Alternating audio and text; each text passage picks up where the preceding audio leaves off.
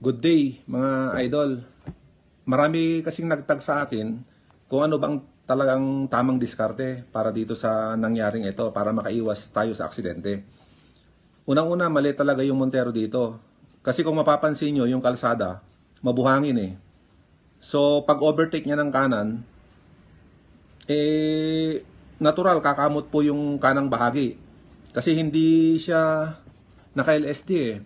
So pagkamot yan, ang tendency niyan, pipihit yung sasakyan. So doon na magkakarambola. Iwasan nating pumiga kapag umo-overtake tayo ng korbada o kaya doon sa mabuhangin na parte na kalsada. Dapat naka-freewheeling lang yon para safe. Pangalawa, dapat hindi niya na pinasok yon. Kasi hindi na worth it eh. Iwasan nating makipagkarera na malalagay naman yung buhay natin sa alanganin. Hindi po worth it yung ganon. So, yun lang. Huwag nang lumusot pag hindi kaya. Walang sugal na tira. Walang alanganin na pasok. Kung walang silip, huwag nang pasukin.